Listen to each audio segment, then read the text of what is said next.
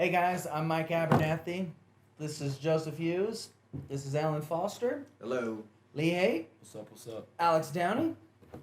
Glad you guys could join us. What are we going to talk about today, Lee? We're going to talk about building a brand, using social media for profit, and we're going to be giving you some tips on how to do it, what not to do, how to use video to sell, old school versus new school, and we're going to be chopping it up with a couple different variations of, we've got a video expert here, Joe. Tell us a little about your expertise. We're going to be talking about why we're all here in the first place. Hanging out in this cabin in the middle of the mountains, which is pretty awesome. Doing a hike today. Luckily, we all survived unscathed. But yeah, the power of marketing and branding and bringing people together, building relationships, and opening opportunities that you could never imagine. Dude, you were talking about us hiking, and we look like a bunch of sissy boys out there with our cameras. No, I'm just kidding. There was nothing sissy about. There was nothing sissy. And there was nothing sissy about the hike that we did. We went up the mountain, probably I don't know how many feet, 1,000, 2,000 feet, but it was snowing. We went up a ways, It's 30 degrees. I'm from 80-degree Naples, Florida. I was cold as ish, and we did it all for the content because we wanted to get drone shots. Sure. We wanted because we were here too. Yeah. We're in town. We're here for a few days. Everybody wants to work hard, wants to go to the conference, wants to learn, but we also want to get some exercise, be healthy, challenge ourselves. Make it to the top of the mountain. I mean, it's not just a metaphor. It's real, what we did today. It's real life. Cool. And Mike took on a challenge to actually help American Legion here in Estes Park. And what made you take on this? Well, the reason why I took the challenge on was because it was my first commercial deal, and they give me a lot of referrals. And Nice. 90% of my business is referrals. So what better way to give back? And it's a different way of marketing. I mean, we're here because of social media, but if we can get with these nonprofit organizations and actually give back to the community, be a part of the community, we're going to get a lot more. The Bible says it's better to give than receive. So, I mean, if you take all these old proverbs and you put them to use, there's a lot of power in giving. And giving, you're going to get. So when we give, we're going to get tenfold or more. Well, I love it. It's great. I love it because the contractors always get a bad name, and these people, they went through a bad job, so they have... Oh, it's horrible. It's So the what worst happened? craftsmanship I've ever seen. What happened? So a contractor put on some siding. They blew out the siding. There's finish nails in the siding. There's They didn't finish the job? they didn't finish the job because it was such a horrible job. got It fired. was stopped. Yes. Lawsuits involved. That's just a shame, You've been in construction a long time. I mean, you see contractors deal with this nonsense all the time, having to separate themselves from these other guys. What do you do to separate from these schmucks? Yeah, like we were talking about before, like becoming a commodity, right? And you just don't want to be the same old contractor. Everyone has that like skepticism about contractors and about marketers, and the way that you overcome that is by showing who you are, doing things like this, video, and doing a great job and getting testimonials from your clients and just spreading that word about how you can do a How great job. powerful would you say the testimonials are when it comes to social media? So here's the deal: like anyone can buy reviews on Google. You can get anyone, your aunt, your cousin, your daughter, to write a review. But when you have someone on video, what do they say? Like communication is 10% verbal and 90%, other body language and things like that. Nonverbal. There you go. Thank you. But yeah, it's so important. So you can see like, okay, yeah, Mrs. Jones had a great experience with the mic. That makes me feel comfortable, right? So it's just that level of comfort. Tell you what stops contractors a lot at times is just asking people to make the video, because it's kind of uncomfortable.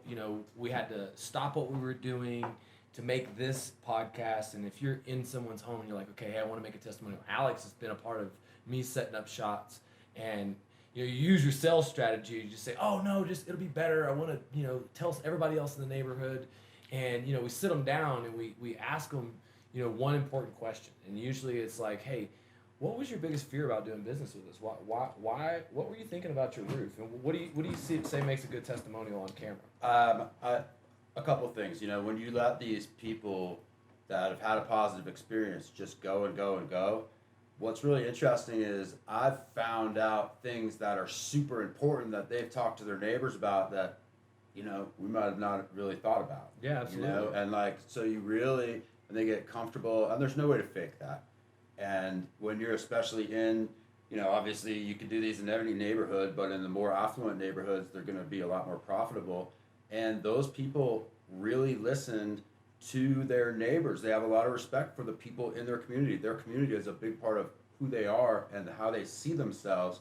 My background is in luxury real estate, and one of the most important things I would say for testimonials is not just getting them and doing them, but the way you get them is an art.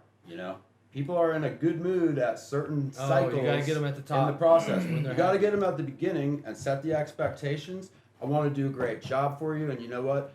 I'm going to do such a great job for you. At the end, I want you to give me a video testimonial because it's very important for my business. They've got very little to worry about at that point, so they'll agree. And what about the people that are scared to do videos? Like, what do you have? What can you say to them? I mean, is there a way around first of that? all, those people would be every person, okay? There's nobody that's not at least apprehensive when they first start making videos. Absolutely nobody. I take videos of people all the time, then I take a video of myself. I go home, I'm like, oh my God, there's a blackhead on my nose, and there's a this, there's a that, and I just start ripping myself to shreds, and then you know what I'll do sometimes to remind myself? I'll throw on a YouTube channel, and I'll go through a couple people that I follow, and they're all peculiar looking people, and I never even think about it, because you're there to get information. That's right? it. So you really got to get comfortable with yourself, with your confidence, and sometimes you just got to really not give a crap. And the more times that you do it, like anything else that we do, like going to the gym, it just gets easier and easier. And if you are not trying to do a commercial, if you're not trying to be too scripted, and if you let the people see the real you, you're going to have magic. You did an awesome one, a testimonial with the lady on the bench. And, Yeah. Alan, you've been in sales. How long have you been in sales? 30 years. Okay, so when you talk about old school versus new school, when you got leads before, they might have come through a magazine ad, print marketing, reaching out, but you basically know cold calls, right? Yeah, I got no leads. It was door to door. It was referrals, and it was adjusters. It was it's just different ways of lead generation, but it's all self-gen pretty much. Yeah, so that was about 5 years ago. Alan got started with me. You responded to a Craigslist ad coming Craigslist ad 2013. Yeah, Minneapolis, Minnesota. So I really just started. Just curious, do you still do Craigslist ads? No, I mean, I'm the last one. I'm the So it's last always one. That's 'cause evolving. everyone It's does. always I just sold an old laptop on Craigslist last week. but what was cool about it was like I didn't have to go to MySpace. Facebook or Google at It was that time. before that. Yeah, I mean, really, I had Facebook at the time, but I wasn't advertising. And ironically, we held an event. It was inside of the neighborhood. It was one of the first times that you'd sold a job where you got a lot of referrals. Right. What did we do? We did a barbecue on just a street in Bloomington, Minnesota, and Would you hamburgers, ask hot them? dogs. Yeah, we asked the homeowner, hey, you mind if we promote? We've done a great job for this homeowner, and so we wanted to get more of his neighbors. We wanted to get, we wanted to let the other neighbors know that there's actually hail damage in that neighborhood, because nobody knows they have hail damage. See, that was a one-day event, though. If we would have videotaped it, got the testimonial from the customer, used Facebook events to promote the event, invited people to the We've event. evolved. Yeah, it was. Joe, what are your tips on a roofing contractor or contractor building their brand and how they need to start with if they're starting from nothing, just from scratch? If you're starting from nothing, you got to think about the fact that no one in your market knows who you are, right? And everyone is spending time and attention on this thing, right? A couple hours a day per adult. So you need to be out there consistently, not selling, not a commercial like you said, but adding value, and not just information, but knowledge. Like Alan referred to, making people aware that there might be a problem, that there was a storm that came through, because most people are not what you would call problem aware. So you have to create that awareness and then let them know the implications of that problem. If you have damage on your roof, you might not think it's a big deal, but if you leave it unattended, winter's coming, it could turn into this, that, and the other thing. So you got to let them know, educate them, provide that solution to their problem. And when you educate, people assume authority. People are going to look at you as the authority, as a comfortable choice to go to in the market. So it doesn't happen overnight. Yeah, as marketers, we'd like to make that happen for our clients overnight, but it's the compound effect of doing it day in and day out. Yeah, it's like planting a seed. And Absolutely. how- Farming your market. How important is this information that we get off of the videos? Like, explain how you use that information that you get from video to create an audience and what you can do with it. Oh yeah, so like retargeting and all Yeah. that fun stuff. Yeah, so a lot of video content you put out there, and you're not necessarily looking for leads. You're just looking to build an audience of people who are spending 3 seconds, 5 seconds, 10 seconds watching your face talk about whatever it is, right? And then you can go back into Facebook, if that's the platform you're using, and you can say, all right, I want to serve a video to everyone who's watched half of my content or 10 seconds of any video I put out over the past 3 months. And then you have that audience that is already familiar with your brand. At some level, they've expressed some interest, right? Yeah, So when you're serving that offer, it's not a cold offer to an audience that's never heard of you before. It's it's an offer to a warm audience that is at least engaged with your brand. I'll tell you what it allows you to do. I used to have to, because when I first started using videos on Facebook, I would geo-fence the neighborhood only 1 mile, and that leaves you to a limited amount of people that you can advertise to, so you can burn through that audience very quickly. Yeah. Wait, let me stop you right there because a lot of people do not know what geofencing is. So can you tell the people what geofencing is? So what Facebook allows you to do is draw a up to 1 mile radius around any point, and then you can only advertise to the people that are on the platform in that point. And if you make good content that's shareable, that goes out to everybody, then you don't really have to target anybody. But what's good about it is you can send the targeted, you can send it to where you want, whether it's in the path of the storm or where there's an area of old roofs. What I found is that if I was constantly having to create new areas, which would make my leads more qualified, what it was doing is it was limiting the automated lead creation process. So what we do now is we make a video that goes out to the entire area and we collect information, sort of like you were talking about, charity. One of the ones we do is a No Roof Left Behind campaign. You know, we did a couple free roofs. We send it out there. That's and, awesome. And then we are going to retarget the people who have consumed the fact that we are giving away the roofs to people. Now, sometimes, you know, those people are wanting to get a free roof too. You know, you do have to Right. You get there's a problem with too Pile many on. leads. What happens when you get too many leads? Yeah. You got to start qualifying your people, right? Yeah, well, I mean, you got to start qualifying your people. You got to start figuring out, you know, how to get your message right. And you know, the one thing that I think contractors mess up is they think that because they can sell, that selling on the camera is different. Now, there's not that much difference. It's just about being comfortable and educating throughout the process. And you know what I'm going to be talking about tomorrow at your event is kind of the framework in which they can tell a story so that people listen. And you know, a lot of times people are actually more concerned about the pain and anxiety and consequences of not taking action than the pleasure of what happens if they protect their roof. And with somebody that has hidden roof damage, you know, you have to like get that emotion, because they're not on Facebook to buy a roof, but their emotion has to get so worked up about their damage that all of a sudden they decide, you know, this might be worth taking a look at. You know, so Well, somewhere in the back of their mind, everybody who owns a property knows that either their roof is in great shape or I'm not sure. it's either way. Okay, so you made a good point about a realtor. You were talking about what's it like to sell a home. Alex works for the #1 realty. Like, how much did they sell it at John R. Wood Properties, we're the #1 luxury real estate brand in Naples. Did over $2 billion last year. $2 billion in sales. And what do you have when you come across a listing with an old roof? How is it treated? Well, you know, obviously with the hurricanes that we've had, roofs have been one of the hottest items.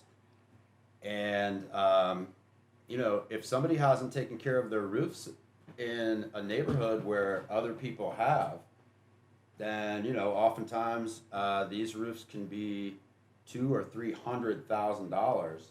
And if I've got a client that's looking at a house and the roof hasn't been done, or it's, you know, 15 years old, Little you know, haircut yeah, on I that mean, price tag. Absolutely, because not only are they going to have that, you know, first of all, it's not like buying a nice new car with nice new tires on it. You're buying a problem. So you're buying a very expensive problem. You're buying one that's very unpleasant to deal with, and you're going to have to do it yourself. So that's going to come at a premium. It's just very simple. So the way that you explain that problem, if you're a contractor watching this, is the way you need to speak to that property owner in your ad. 'Cause Absolutely. when everybody's thinking about selling their home sometime, right? And Well, it's the value of your home, whether you want to sell it, but you have to make sure that the value of the home. And when if you have a $2 million or $5 million home, you obviously have a more expensive roof. It doesn't matter. It's the same problem as somebody with a $300,000 home. Everybody knows what the longevity of that roof is and whether or not the roof looks like it's in good shape. They might not be an expert at it. But when it comes to, you protecting your investment, it's extremely important, and it's something that needs to be explained to people in that way so that they understand why it's important. It's not so your roof looks good. It's not a scam or something. It's you're protecting your investment. And if there was damage that was deemed bad enough for your neighbor to get a new roof from their insurance company, then you would be crazy not to do that, because when I come there with a buyer, I'm going to ask, why is there a new roof there, a new roof there, and a new roof there? And, we can pull the permits, look at it. I mean, you can find out everything these days. So you're just protecting your investment. And if contractors can understand that, then, the way that they can explain it to people will be a lot more effective. That's Lee, awesome. Lee, do you remember when you did that ambush video on me? Well, yeah, the ambush video. Tell them about that. Yeah, Lee showed up and did an ambush video in Naples, Florida, about 6 months ago in this house because they were having some fun. What was the ambush? They were messing with me on the roof, and it's from some code issues. But the point is, I told him he had to tear the whole roof off. yeah. So they were messing with me. They were messing with me. But the point is, Mrs. Thorpe was a great customer, and she knew that she was going to sell her house. Yeah. And in the process of putting a $70,000 roof on that house, she sold her house right away. Right. Because all of these houses that have brand new roofs in Naples, Florida, Yeah. every one of them, bang, bang, it's done. I mean, Wow. the first shot I'll have up there is going to be a drone shot of the new roof. That's going to be the first question that everybody's going to ask, especially people that know nothing about real estate. Well, how's the roof look? Mike's Yeah, a roofing salesman too, and he's creating his own content, selling it without advertising. So, we're talking about paying for ads and getting leads. Mike, how do you get these leads from your branding for free? Well, in the roofing industry, for clients, as far as getting them to want me to inspect their roof, I'm actually telling them what not to do. I tell them, make sure that you work with a client or a customer or a contractor that's been in business for a while. Do your research. Look them up on BBB. Look at all your reviews, your Facebook, Google, everything. That's important. Make sure that they have the right type of insurance. That's important. A lot of contractors don't have the right type of insurance. So you have to I'm just making them aware, just like Joseph said, if you make them aware of the problem, then we're problem solvers. So I'm solving their problems. I'm also educating them on, the paperwork. They don't understand how it works, or why does the insurance company tell you to get 3 leads? So those type of informational videos, those are really, really powerful.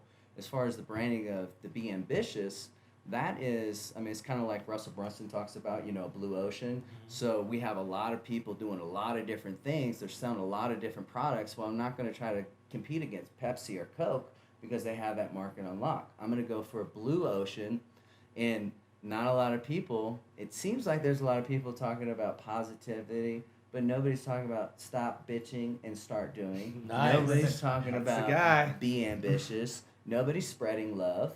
And who can hate love? I can love it. That comes from my son. That was something that he said when he was like 2.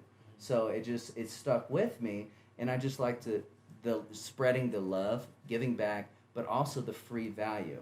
So the Be Ambitious, I'm giving roofing contractors and salespeople thousands of dollars of education for free. I'm showing them how to identify damage on a commercial roofing system. I'm showing them how to document everything. The documentation is the very, very important key.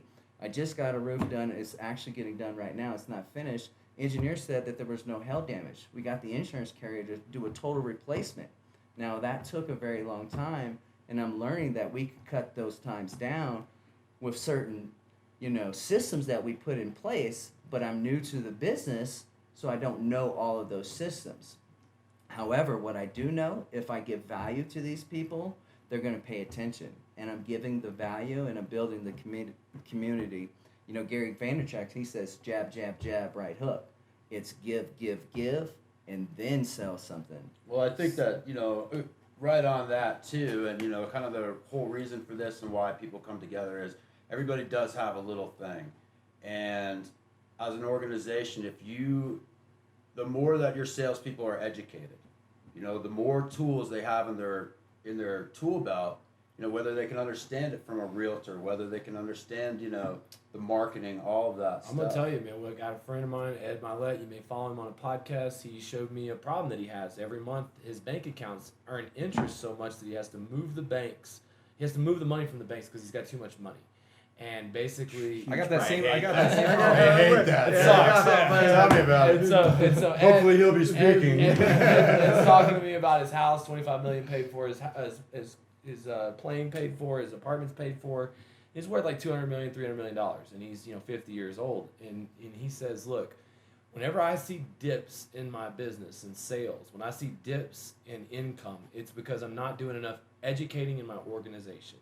And all this digital marketing and branding, it may be like alien talk to you, but it's important that you start paying attention even at the smallest level, because in 5 years, if you still don't understand it, then there's a big chance that you won't be. Well, here. look at Toys R Us. I mean, they didn't Oh, evolve. my God. I mean, Toys R Us didn't evolve. Toys R Us does not exist anymore.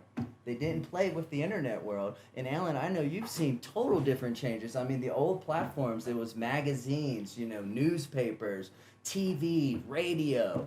And then it was AOL, then it was Google search optimization. Now it's Facebook, Instagram, Twitter. Everything's social media now. Well, Google's a big deal. I mean, people all use these Google. new platforms. It's Facebook or Google, and what I've seen is that Google's starting to take like more of the free cheat codes out of it. You're having to pay for the Google local services. You're paying. Well, they're overpriced. You're paying too. for the ads, and It's pay to play. Yeah, it's pay to play. Yeah. And so if you have a lot of reviews and you have a good page, then yeah, you can get some organic stuff on the map. But if you're not paying in both Facebook and Google, then chances are you don't have a consistent way to generate income. It's not predictable. What's your best way to get results? Like, best thing that these guys could do, like, give us some few things that is like things to get results. Dude, honestly, getting leads is Sorry, I'm having trouble with the Sorry. connection. Sorry. Sorry. I guess Siri didn't like my answer to that. Those guys. All right. What's that? What's the results? Oh, so, everyone wants to talk about more leads, and that's a part of it, right? But what we educate our clients on is that's a part of it, right? Getting more leads in the door, but then how are you handling those, right?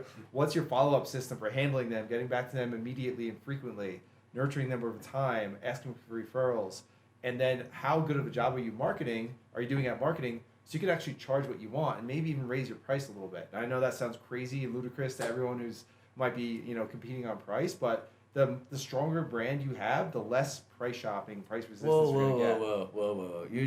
Price does not sell a deal. I'm a salesman, so price does not sell Never. a deal. Value. Right. You give the value. Well, that's where the marketing Price comes does in. not Because sell if you don't the give deal. the value, then people have no criteria by which to evaluate you versus your competitor other than price. I called one of the So largest. if you're giving the value, then you take the battle off the battlefield and you're the only clear Exactly. choice. I called one of the largest contractors in St. Louis, and he said, home of the price value guarantee. And you could say, well, that guy's cheap, but he said price value guarantee, which is a play on words. And Yeah. a play on words I really like because I Yeah, use right. a very similar sales strategy. I tell the people, look, this is a guaranteed price. No one can beat our value. No one can, and it's because of the warranty, it's because of the service, it's because of what we're putting into the roof, it's because of our track record. And if you bring somebody dollar for dollar, line by line that beats my value, then I'll match it. I mean, show it to Right. me. I've seen a lot of retail companies use that in their clothes, and that's going to get that final objection if it's their price. Right. If it's and so price is not something that you really have to sell, but sometimes you can use it to overcome its own objection.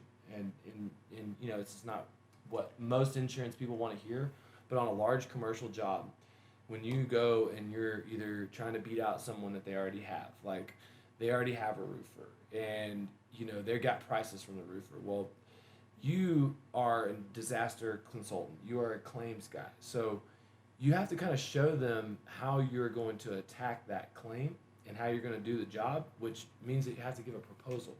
And I got this guy, Tom, to come to my event here that I sold 10 jobs to, but Whenever I showed up to him in my first meeting after calling him and setting a lead 24 hours, I had probably 40 pages for him.